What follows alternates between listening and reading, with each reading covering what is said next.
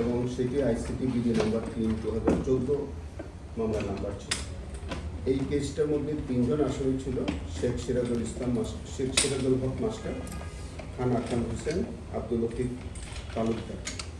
তো আব্দুল লতিফ তালুকদার ওই বিচারের সময় তিনি মারা গেলেন, তার প্রসিডিংয়ে অ্যাডেট হয়ে গেল। আর সিরাজুল হক মাস্টার তিনিও একজন রাজাকার ছিলেন, তো তিনি সাজা ওই জাজমেন্ট হওয়ার পরে তিনিও সম্ভবত মারা গেছেন। আর খান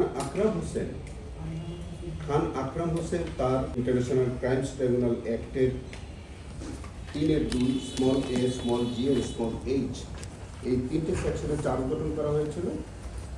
7 চার্জ ছিল। একটা আমাদের চার্জ নম্বর 7 যেটা ছিল, that is under section 3(2) small a, g and h, that is section 4(1) of the International Crimes Tribunal Act 1973।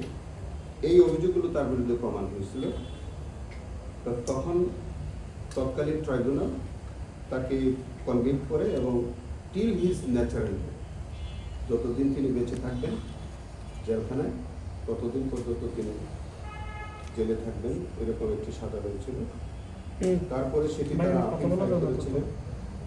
আপিলটা আমি দায়িত্বভার গ্রহণ করার আগেই সেই আপিলটা শুনানি হয়েছিল। আমি শেষাংশে গতকালকে আইসিটি পক্ষে আমি আর্গুমেন্ট করেছি। আমাদের আর্গুমেন্টের জায়গাটা ছিল এই কেসটায়, সেটা আমাদের প্রসিকিউশন কেসটা ছিল যে জনৈক ফ্রিডম ফাইটার ফজলুর রহমান, তিনি বাগেরহাটের তেলিগাতি নামক একটি জায়গায় তিনি ওই তার অন্যান্য মুক্তিযোদ্ধাদের সহ তার ক্যাম্প থেকে তিনি বাড়ি ফিরছিলেন বা আসার পথে, তখন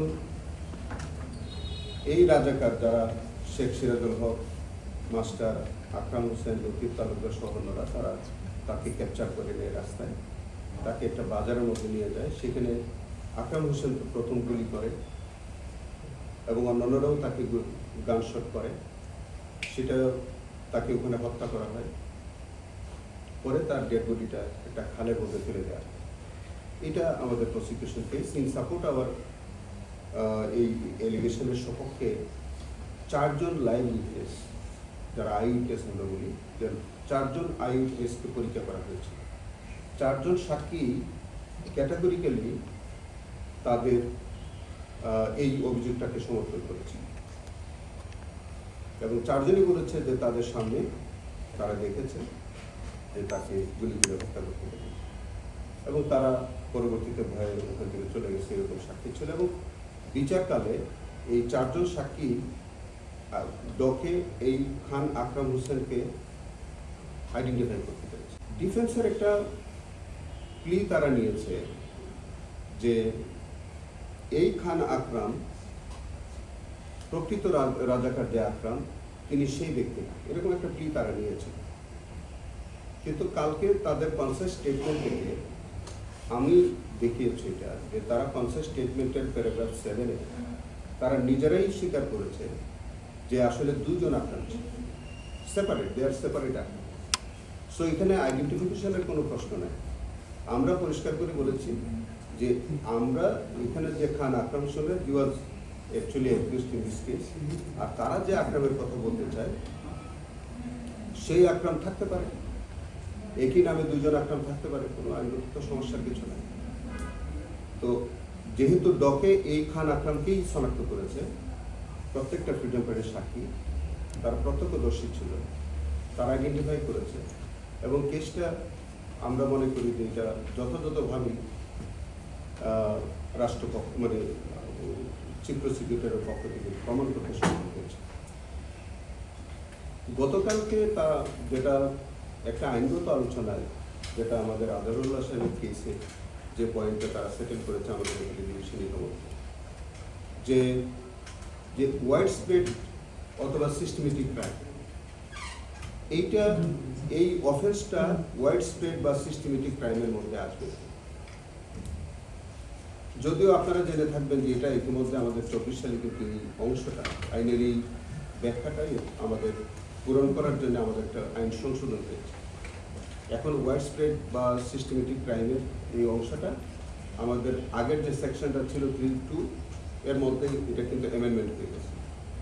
তখন ওটা ছিল না, কিন্তু সেটা আব্দুল কাদের মোল্লার জাজমেন্টে আমাদের তৎকালীন চিফ জাস্টিস হু ওয়াজ অথর জাজ, তার জাজমেন্টে তিনি বলেছিলেন ওইটা যে ওইটা ওয়াইড স্প্রেড বা সিস্টেমেটিক ক্রাইমের ওইটা প্রয়োজন হবে না, যে অফেন্সটা আছে সেটা ওইটার আওতায় আসবে।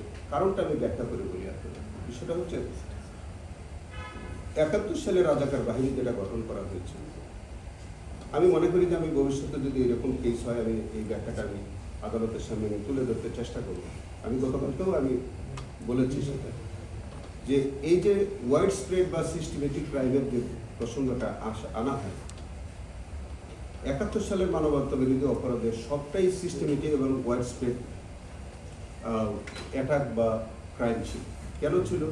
তখন 71 সালে রাজাকার বাহিনী একটা গঠন করা হয়। সেই রাজাকার বাহিনীর একটা অ্যাসাইনমেন্ট ছিল to act all over the country.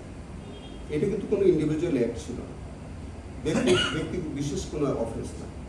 এটা রাজাকার বাহিনী তখন তারা গঠন করে, তাদের প্রত্যেকটা বাহিনীর সদস্য সারা বাংলাদেশের প্রত্যেকটি আনাচে কানাচে তারা কিন্তু এই হত্যাকাণ্ডের মতো বা অন্যান্য মানবতা বিরোধী অপরাধের মতো ঘটনাগুলো তারা ঘটিয়েছে। সো এখন পার্টিকুলার কোনো এক জায়গায় কোনো রাজাকার বাহিনীর কোনো মেম্বার তারা যদি কোনো কাজ করে, তাহলে এটা কিন্তু ওই ওয়াইড স্প্রেড বা ওই সিস্টেমেটিক ক্রাইমসেরই একটা অংশ বলে গণ্য হবে। এনিওয়ে, এই প্রসঙ্গটাই গতকালকে তারা প্রসঙ্গটা উঠেছে, যেহেতু ইতিমধ্যে জনাব আজহারুল্লাহ সাহেবের কেসে একটা জাজমেন্ট হয়েছে আমাদের কমিশনে, এবং এই জাজমেন্টটা যেহেতু এখন পর্যন্ত বহাল আছে, এটা ওভাররুল না হওয়া পর্যন্ত we are bound by that judgement.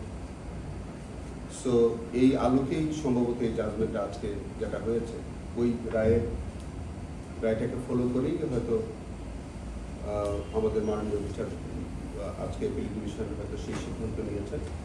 আসামিকে মামলা থেকে খালাস দিয়েছেন, তাদের আপিলটা অ্যালাউ করেছে।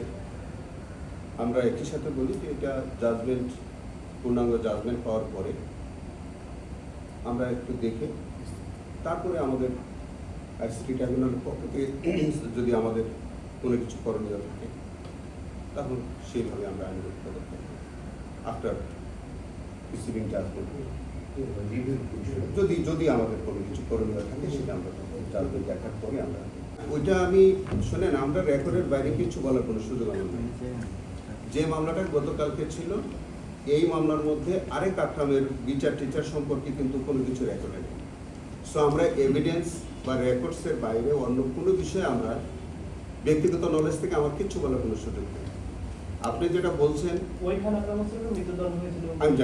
আমি জানি না, যদি হয়েও থাকে সেটা অন্য আক্রামের হয়ে থাকতে পারে, কিন্তু ওই আক্রামের সাথে এই আক্রাম অনুষ্ঠানকে জড়িয়ে ফেলার কোনো সুযোগ নেই। এরা সেপারেট আক্রাম, এটা তারাও কিন্তু স্বীকার করেছে, এটা কিন্তু ডিফেন্সও স্বীকার করেছে। বরঞ্চ তারা কি বলেছে শুনবেন, তারা বলেছে যে ওই আকরাম, মানে তাদের ডিফেন্স ডিটেল ছিল এরকম যে ওই আকরাম রাজাকার ছিল, আর এই আকরাম 13-14 বছর উনি ইন্ডিয়াতে লোক সেফলি পাচার টাচার করে দিয়েছে, সাহায্য করেছে। তার মানে বোঝা গেল যে তাদের কেস অনুযায়ীও কিন্তু দুইটা আকরাম ছিল এবং দুই আকরামেরই সাজা হয়েছে। যদি আপনার বক্তব্য এই আকরামেরও সাজা হয়েছে, ওই আকরামের সাজা হয়েছে, এবং ন্যাচারালি তাই হয়েছে। আমাদের তো ডেফিনেট কেস হলো আকরাম অফ জয়নাল আবেদিন, আর ওই আকরাম হচ্ছে আকরাম অফ মুক্তার হোসেন। তার পিতার নাম মুক্তার হোসেন, আর এই আকরামের পিতার নাম হচ্ছে জয়নাল আবেদিন। তো একটার সাথে আরেকটাকে গুলিয়ে ফেলার কোনো সুযোগ নেই। আমরা we had a very well proofed case, honourable supreme court on the point of যে ল পয়েন্ট যেটা আমাদের মিস্টার আজহারুল্লাহ সাহেবের জাজমেন্টের যে পয়েন্টটা নিয়েছে, সেই জাজমেন্টের ভিউ থেকেই আজকের এই জাজমেন্টটা করা হয়েছে বলে আমরা মনে করি। তো সেটা সব কিছু দেখে দেখে আমরা পরে যা করণীয়, কিছু করণীয় থাকে ইনশাল্লাহ। আর এইটা 5 আগস্টের ঘটনা না, 5ই আগস্টের পরে না, এটা হলো 71 সালের মানবতা বিরোধী ঘটনা।